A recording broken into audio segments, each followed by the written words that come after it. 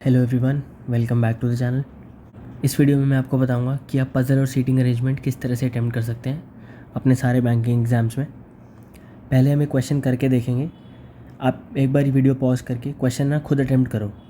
जिस तरह से आप करोगे, अगर आपसे सॉल्व हो जाता है तो बहुत अच्छे, लेकिन अगर आपसे सॉल्व नहीं हो पाता तो जिस तरह से मैं आपको करके बता रहा हूँ, इस अप्रोच को आप अपने पैटर्न में यूज़ करना, अपने एग्ज़ाम में यूज़ करना, अपने मॉक्स में यूज़ करना। उसके बाद आप देखना कि आपसे मोस्टली क्वेश्चंस हो जाएंगे एंड स्पीड भी थोड़ी इंक्रीज़ हो जाएगी। बहुत सिंपल तरीका है। बस ऐसा करेंगे कि जो चीज़ें फिक्स्ड हैं उनको हम लिख लेंगे, जो चीज़ें पॉसिबल हैं उनको हम साइड में लिखेंगे। फ़िक्स वाली चीज़ों को हम सीटिंग अरेंजमेंट के बीच में लिखेंगे और जो चीज़ें फ़िक्स नहीं हैं उनको हम साइड में लिखेंगे। आप में से बहुत लोगों का ये कमेंट था कि मेंस की पज़ल किस तरह से करते हैं, मेंस की डीआई किस तरह से करते हैं, तो आप वो बताइए। तो आज मैं आपको वही बताने आया हूँ। 2 एग्जाम्पल लूँगा सिर्फ, एक पज़ल और एक सीटिंग अरेंजमेंट। सबसे पहले एक क्वेश्चन देख लेते हैं। सीटिंग अरेंजमेंट का क्वेश्चन है और ये अनसर्टेन है, तो इस तरह का क्वेश्चन आपके मेंस एग्जाम में पूछा जा सकता है। उसके बाद मैं ये भी बताऊंगा कि ये क्वेश्चन मैंने कहाँ से लिया है।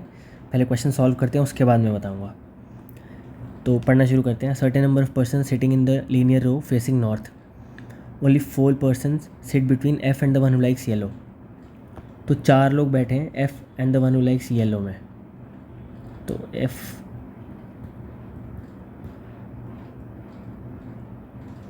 अब येलो लेफ्ट में भी हो सकता है।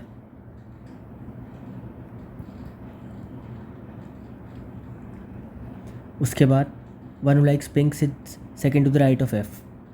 तो यहाँ पिंक आ जाएगा इस केस में और यहाँ पिंक आ जाएगा इस केस में। इसके बाद 3 person sit between the one who likes pink and के। अब पिंक और के के बीच में 3 लोग बैठते हैं, तो पिंक के लिए भी 2 केस बनेंगे और के लिए भी 2 केस बनेंगे। जैसे फर्स्ट है ये वाला पार्ट, तो इसको हम पहले डबल कर लेते हैं क्योंकि 2 पॉसिबिलिटीज़ बन सकती हैं। और नीचे वाले पार्ट को भी डबल कर लेते हैं।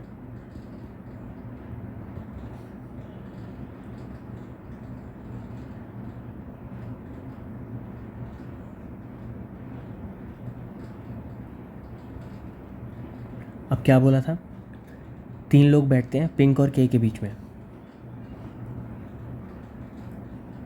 तो इसमें पिंक एरा, के को हम राइट साइड पे बिठा देते हैं और इसमें ही दूसरी पॉसिबिलिटी बनेगी के लेफ़्ट साइड पे।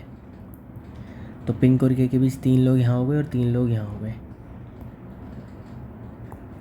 अब दूसरी में पिंक और के बीच 3 लोग पिंक के लेफ़्ट में हो सकते हैं और के यहाँ हो सकता है। और दूसरा केस में पिंक के राइट में 3 लोग और फिर के। ठीक है, अब तक समझ आ गया होगा। बिल्कुल सिंपल है, जैसा क्वेश्चन में लिखा है बिल्कुल वैसा हमने इस पर नोट किया है। और क्योंकि पॉसिबिलिटी डबल हो गई थी तो हमने डबल बना दिया। अब the one who likes pink seats third from one of the ends. अब पिंक जो है वो थर्ड बैठा है एक एंड से। फर्स्ट में देखेंगे आप तो राइट साइड पे थर्ड नहीं हो सकता, लेफ्ट साइड से हो सकता है और थर्ड पे ही है, तो यहाँ पे ये एंड होनी चाहिए। दूसरे में ना राइट से थर्ड हो सकता है ना लेफ़्ट से थर्ड हो सकता है, दूसरा पार्ट ही कैंसिल हो गया, तो इसको मैं इरेज कर देता हूँ। तीसरे में राइट से थर्ड हो सकता है, अगर यहाँ 2 और लोग बैठे हों तो ये राइट से थर्ड हो गया। और चौथे में ना राइट से थर्ड हो सकता है ना लेफ़्ट से, तो ये भी इरेज हो जाएगा। ऐसे करके हमारे पास 2 ही पॉसिबिलिटी बच गई। अब इसके बाद M sits fifth to the left of K यहाँ पे है तो एम यहाँ आ जाएगा और दूसरे केस में एम यहाँ आ जाएगा। The number of person sit between M and the one who likes K is same as the number of person sit between the one who likes yellow and T. M और yellow के बीच जितने लोग हैं वो equal हैं yellow and T के बीच में लोग। तो एम और येलो में यहाँ कितने लोग हैं, 1 2 3 लोग हैं, तो येलो एंड टी में भी 3 लोग होंगे। और दूसरे केस में भी एम एंड येलो में 1 है, तो येलो एंड टी में भी 1 होगा, तो टी यहाँ आ जाएगा। इसके बाद T sit second to the left of the person who likes red. तो इस केस में यहाँ रेड होना चाहिए और इस केस में यहाँ रेड होना चाहिए। Only 3 person sit between E and J. अब 3 लोग बैठते हैं ई और जे में, ना ई की हमें पोजीशन पता है ना जे की पता है, तो यहाँ पे बना लेते हैं ई एंड जे। और ये ऐसे भी हो सकता है जे लेफ्ट में और ई राइट में। Only 4% sit between the one who likes red and J. Red and J के बीच 4 लोग बैठ सकते हैं। तो फर्स्ट केस में अगर हम बनाते हैं तो इसको हम रेड के राइट साइड पे भी 4 जा सकते हैं। पहले एक बार लेफ़्ट साइड देख लेते हैं। रेड के लेफ़्ट साइड पे अगर 4 लोग के बाद जे बैठा है तो 1 2 3 4, यहाँ जे नहीं हो सकता, तो मतलब लेफ़्ट साइड पे जे नहीं आ सकता, तो जे राइट पे ही आएगा। तो 1 2 3 4 और यहाँ पे आएगा जे। इस केस में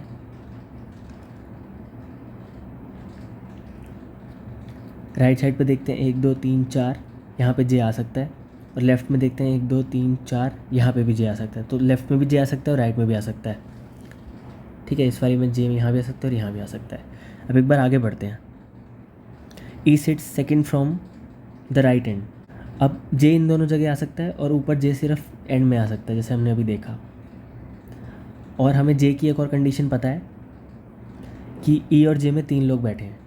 तो जे जब यहाँ पे है तो ई 1 2 3 ई यहाँ हो सकता है, या फिर जे के राइट साइड पे 3 लोग छोड़ के ई हो सकता है। और दूसरी कंडीशन में जे यहाँ था तो 1 2 3 ई यहाँ नहीं हो सकता, ई लेफ़्ट साइड पे हो सकता है खाली। और इस केस में अगर जे राइट पे रखते हैं हम तो भी ई यहाँ नहीं हो सकता, तो ये पार्ट कैंसिल हो जाएगा। तो हमें फर्स्ट वाला ही देखना पड़ेगा। तो फर्स्ट वाले में ई यहाँ भी हो सकता है और राइट साइड पे भी हो सकता है। अब E sits second from one of the right hand. अगर ई हम ये लेंगे तो सेकंड फ्रॉम राइट हैंड नहीं हो पाएगा, तो इसलिए हमें और ज़्यादा राइट में जाना पड़ेगा। और ई और जे में 3 लोग थे, तो इसको मैं एक बार दोबारा से बना देता हूँ थोड़ा क्लियरली। ये जो ऊपर था ये मैंने एज इट इज़ नीचे बना दिया ताकि थोड़ा स्पेस ज़्यादा मिल जाए। अब यहाँ पे ई जो है वो ये नहीं हो सकता, तो ई को जे के राइट में होना पड़ेगा, और जे और ई में 3 लोग बैठे हैं बीच में। तो हम ई को बनाएंगे 3, यहाँ पे ई, और क्या बोला, E sit second from the right hand. तो एक पर्सन और आ जाएगा यहाँ पे ई के राइट में, तो ई सेकेंड हो जाएगा राइट से। तो ये आपकी बन गई पूरी सीटिंग अरेंजमेंट। लास्ट लाइन बची है खाली, only 2 persons sit between E and the one who likes grey. तो E and the one who likes grey के बीच 2 लोग बैठे हैं, तो ग्रे वाला ये हो जाएगा। ये पूरी सीटिंग अरेंजमेंट बन गई आपकी। इसके बाद आप सारे क्वेश्चन आंसर कर सकते हो। इसमें बस समझने वाला इतना ही पार्ट है कि जब आप रीड कर रहे हो तो आपको ध्यान से रीड करना है, पहली चीज़। और दूसरी चीज़, जो चीज़ें सर्टेन है, जो आप एक अरेंजमेंट में फ़िक्स कर सकते हो, उसको आप कर दो। लेकिन जो चीज़ सर्टेन नहीं है उसको आपको अलग से लिखना ही लिखना है। बहुत लोग क्या करते हैं, फ़िक्स वाली चीज़ें तो लिख देते हैं, लेकिन जो चीज़ फ़िक्स नहीं है उसको ऐसे लिखते नहीं हैं, उसको ओरली याद कर लेंगे, कोशिश करेंगे कि याद हो जाए, और उस चक्कर में सारी गड़बड़ होती है, क्वेश्चन नहीं हो पाता। और कुछ लोग ये भी करते हैं कि जैसे स्टार्टिंग में हमारे 4 केस बने थे, लेकिन टाइम बचाने के चक्कर में 4 में से 2 ही केस लिख रखे हैं, और उन दोनों केसेस में ही सारी पॉसिबिलिटीज़ लिखने की कोशिश की जाती है। उन दोनों केसेस में आप सारी पॉसिबिलिटीज़ लिखोगे तो आपको कुछ भी समझ नहीं आएगा कि क्या कहाँ पे सर्टेन था, क्या कहाँ पे सर्टेन नहीं था, और उस चक्कर में आप गलत कर दोगे। तो इसीलिए जितने केस बन रहे हैं उतने केस पेन पेपर पे बनाओ, उसको अच्छे से लिखो और उसको साफ साफ लिखो ताकि आपको बाद में समझ आए। अगर आपको बाद में समझ ही नहीं आएगा तो आप गड़बड़ कर दोगे। तो बस ये तरीका था, बहुत सिंपल सी पज़ल थी, और ये मेंस की पज़ल है। आरआरबी पीओ मेंस 2021 में ये पूछी गई थी, इसलिए मैंने आपको कहा था कि आप खुद से करके देखो एक बार ये।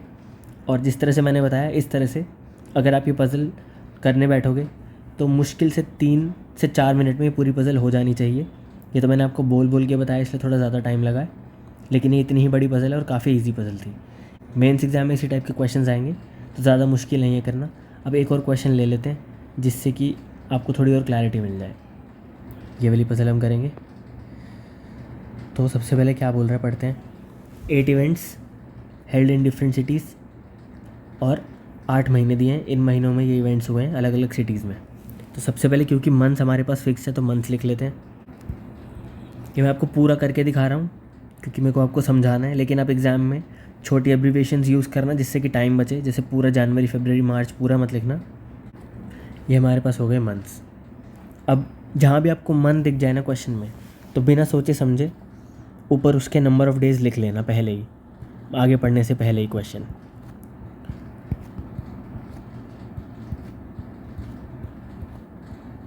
Event A was held in the month which has 30 days. तो 30 डेज़ दो पॉसिबिलिटी हैं, एक ये है, दूसरी पॉसिबिलिटी हम साथ में ही बनाएंगे, एक ये है। इसके बाद only 2 events held between A and the event held इन कोलकाता। तो ए के पहले 2 हो सकते हैं और ए के बाद भी 2 हो सकते हैं। तो जो फर्स्ट वाला केस है इसमें 2 पॉसिबिलिटी बनेंगी। ए अगर यहाँ पे तो कोलकाता एक यहाँ पे हो सकता है और यहाँ पे भी हो सकता है। और सेकंड केस में यहीं पे हो सकता है बस। अब देखते हैं event H is held immediately before the event held इन कोलकाता। तो फर्स्ट केस तो कैंसिल हो गया क्योंकि एच इससे पहले नहीं हो सकता। एच यहाँ आ जाएगा या एच यहाँ आ जाएगा। As many events held before A as after the event held in Chennai. तो जितने ए से पहले हैं उतने चेन्नई के बाद हैं। अब ए यहाँ पे लास्ट में तो चेन्नई यहाँ पे फर्स्ट में आ जाएगा। और यहाँ ए से पहले 3 इवेंट हुए हैं तो चेन्नई के बाद भी 3 इवेंट होंगे तो चेन्नई यहाँ आ जाएगा। अब इसके बाद event C was held in the month which has an even number of days. C हुआ है, इवेंट सी हुआ है उस महीने में जिसमें इवन नंबर ऑफ डेज़ हैं। तो या तो फरवरी हो सकता है, अप्रैल हो नहीं सकता क्योंकि अप्रैल में एच हो रहे हैं, और नवंबर हो सकता है इस केस में। तो सी एक यहाँ हो सकता है। और जो सेकंड पार्ट है इसकी 2 पॉसिबिलिटी बनेंगी, ए एच चेन्नई कोलकाता।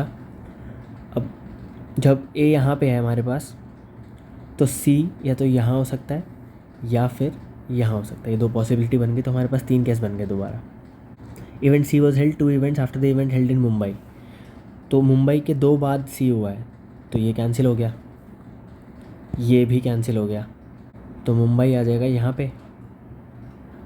अब इसके बाद the number of events held between C and the event held in Chennai is the same as number of events held between A and the one held in Dispur. तो C and Chennai के बीच जितने हैं उतने ही A and Dispur के बीच हुए हैं। तो सी एंड चेन्नई के बीच कितने हैं यहाँ पे 2, तो ए और दिसपुर के बीच भी 2 होंगे। अब दिसपुर यहाँ नहीं हो सकता क्योंकि यहाँ कोलकाता है तो ए एंड दिसपुर यहाँ आ जाएगा दिसपुर। इसके बाद event F was held immediate before G. इसको हम अलग से लिख लेते हैं, F was held immediate before G neither of the events was held in Dispur. तो एफ जी यहाँ पे नहीं हुए। देखो एफ जी यहाँ नहीं आ सकता, यहाँ नहीं आ सकता, तो सिर्फ यही पॉसिबिलिटी बचती है एफ और जी के। तो एफ यहाँ आएगा, जी यहाँ आएगा। इसके बाद event B was held immediate before the event held in Gwalior. B was held immediate before the event held in Gwalior. अब ग्वालियर यहाँ हो सकता है और बी यहाँ हो सकता है, लेकिन इसके बाद देखो क्या लिखा है, at least 1 event was held after the event which was held in Gwalior. तो ग्वालियर यहाँ भी नहीं हो सकता।